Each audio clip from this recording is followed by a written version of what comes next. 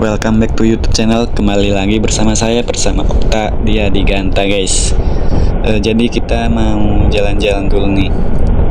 Jalan-jalan family gathering bersama teman-teman. Kita mau ke Villa Bukit Hambalang guys. Di sini kita melewati Universitas Pertahanan Indonesia. Desa Hambalang, Kecamatan Citurep secara geografis terletak pada bagian selatan garis khatulistiwa dengan kondisi morfologi lahan mayoritas berbukit-bukit dan dataran tinggi dengan tingkat kemiringan tanah 65 derajat, ketinggian wilayah 450 meter dpl dengan curah hujan 188,8 mm, jumlah bulan hujan rata-rata 33 bulan, dan suhu rata-rata harian 25 Fc. Sejarah singkat Hambalang. Nama Villa Bukit Hambalang diambil dari nama gunung dan desa yang berada di sana. Dengan ketinggian sekitar 630 meter dpl, pemandangannya tidak kalah dengan pemandangan dengan puncak Cisarua Bogor, dengan fasilitas penginapan, ruang meeting, aula terbuka, lapangan futsal, lapangan kempin, kolam renang dan wahana outbound, wahana agro. Secara administratif Villa Hambalang masuk ke wilayah Desa Hambalang, Kecamatan Citurep, Bogor, Jawa Barat. Akses menuju ke Villa Hambalang tidaklah sulit dan bebas macet. Dari arah Jakarta dan Bogor keluar di Sentul Sirkuit, atau bisa melalui Jalan Pahlawan Citurep, juga bisa lewat Jalan Raya Tajur. Sejarah Hambalang. Hambalang dan Citurep dahulunya merupakan hutan belantara. Daerah ini kemudian dibuka oleh seorang pejuang serta penyebar agama Islam dari Banten. Beliau adalah Pangeran Soeh. Penduduk lokal menyebutnya dengan nama Ian Sek. Dari literatur sejarah, Pangeran Soeh adalah salah satu putra Sultan Banten, yakni Sultan Ageng Tirtayasa. Pangeran Soeh bersama dengan saudara kandungnya, Pangeran Sugiri, mendapat tugas dari ayahandanya menyerang kompeni Belanda di Batavia tahun 1682. Namun, Banten akhirnya takluk kepada VOC Belanda karena politik adu domba antara Sultan Ageng Tirtayasa dan salah satu putranya sendiri, yakni Sultan Haji. Melihat Kesultanan Banten telah jatuh kepada VOC, maka Pangeran Soeh tidak kembali ke Banten, namun membuka lahan dan menetap yang sekarang dikenal dengan wilayah Citurep. Sedangkan saudaranya, Pangeran Sogeri, membuka lahan dan menetap sampai wafat di daerah yang dikenal dengan nama Jatinegara Kaum Jakarta. Sedangkan makam Pangeran Soeh terletak di Desa Karangasem Timur, Kecamatan Citurep. Tempatnya mudah untuk dikunjungi. Pangeran Soeh merupakan pemilik perkebunan citra yang kini dikenal dengan nama Citurep. Dan wilayah Hambalang masih termasuk areal perkebunan citra tersebut. Wilayah perkebunan citra pada masa penjajahan Belanda sebagian besar jatuh kepada tuan tanah Belanda yang bernama Mayor Jans. Menurut Kinohong, tokoh masyarakat Desa Hambalang tersebut, jatuhnya sebagian lahan tersebut ke Belanda karena ada semacam perjanjian yang disebut dengan kontrak barang. Sampai saat ini, saya belum menemukan literatur yang menjelaskan tentang kontrak baron tersebut. Saya baru menemukan literatur Mayor Jans dari www.citurep.net.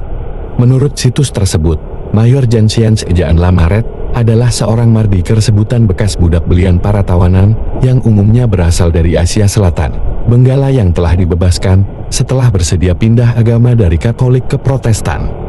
Mardiker bisa dipadankan dengan istilah orang-orang yang merdeka. Mayor Jans bernama asli Augustin Michels tahun 1769 sampai tahun 1833. Banyak orang yang belum mengenalnya, padahal dalam sejarah Batavia, dialah tokoh dari abad 19 yang sangat terkenal. Orang menjulukinya di Rijksgrondeigenaar van Java, atau pemilik tanah terkaya di Jawa. Beberapa tanah luas berada di bawah kepemilikannya, seperti Citrap, Citurep, Ciliungsi, Cimapak, Cipamingkis, Cibarusa, Tanah Baru, Sukaraja, Nanggewar, dan terutama Kelapa Nunggal dengan sarang burung waletnya sebagai sumber kekayaan yang terus mengalir tiada henti.